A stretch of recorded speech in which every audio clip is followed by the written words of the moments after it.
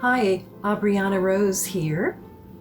Today's topic, short topic, won't be long and lengthy, is on removing ourselves from toxic involvements, meaning people and food and music. The questions to ask ourselves, one of which is, how do we feel when we're eating these types of food? How do we feel when we listen to this type of music? And how do we feel when we hang out with these specific people? Part of the reasons why we want to begin to not only acknowledge how we feel, but then come to the realization that we need to start omitting some of these things from our lives so that we can be happier and lead a more fulfilling, joyful life. So we will start with food first. And food falls under the same category as beverages. When we eat food that's not healthy for us, we all know how we feel. You know, our stomach bothers us, we have indigestion, our energy becomes heavier, we're not feeling light and airy and happy, we're feeling heavy. And then, in time we put on weight, which shows why we feel heavy.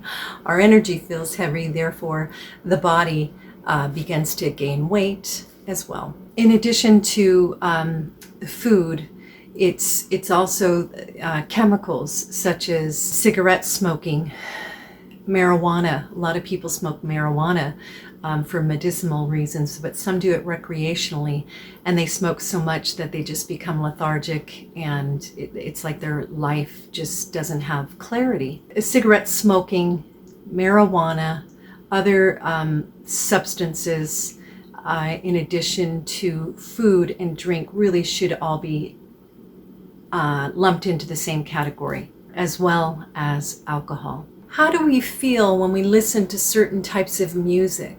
Does it make us sad?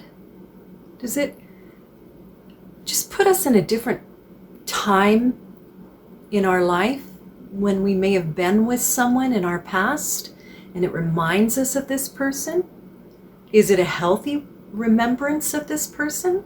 Or is it really truly just sad? How do we feel when we're with certain people or businesses, good friends? How do we feel? Do we feel uplifted? Do they feel uplifted? Or do we feel tightness in our stomach, agitation within our chest region, sadness, angry? It's important to be conscientious of what the body signals are giving to us in respects to how we feel. So am I asking that we just all of a sudden just eliminate friends from our life or quit the job that's just, a horrible job from hell, the boss is horrible, the list goes on and on?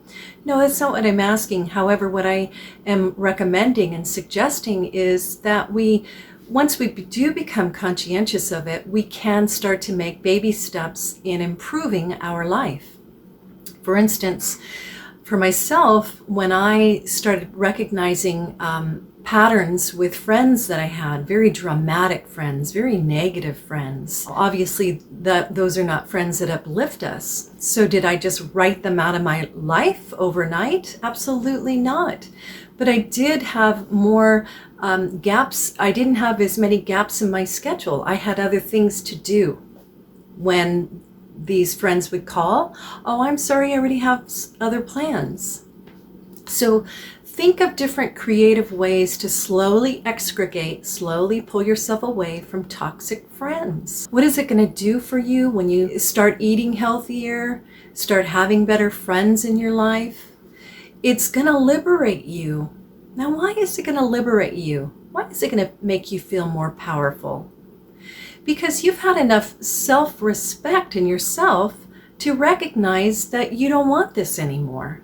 You want to be with people that uplift and support you, not tear you down with anger or cloud behavior. Oh, it's a gloomy day. You know, I call those friends the Eeyore friend. From Winnie the Pooh. Oh, it's a gray day out there. There's nothing positive that comes from them. Everything's negative.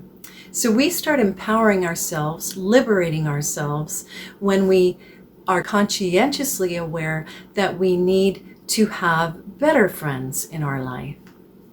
Our businesses will change as well as we start making changes within our food, within our diet, within our friends, the circle of friends that we have. We actually start raising our vibration and becoming a happier person and healthier. Therefore, in the future, our jobs that we have will become better as well. It's a win-win. Again, it's listening to your body signals when you're hanging out with certain people. How do you feel? How do you feel when you're listening to certain music? Happy? Uplifted? And so those are the questions to ask yourself, and the tools are all about learning self-love. I do want to read one really quick little paragraph on learning to fly. And this is pertaining to all of us. It's basically our own dialogue within ourselves. With discernment, I began getting glimpses of clarity, and my future days would eventually be filled with more joy. It's important to remember that we are in this cage, and it's up to us to get ourselves out of this restrictive lifestyle.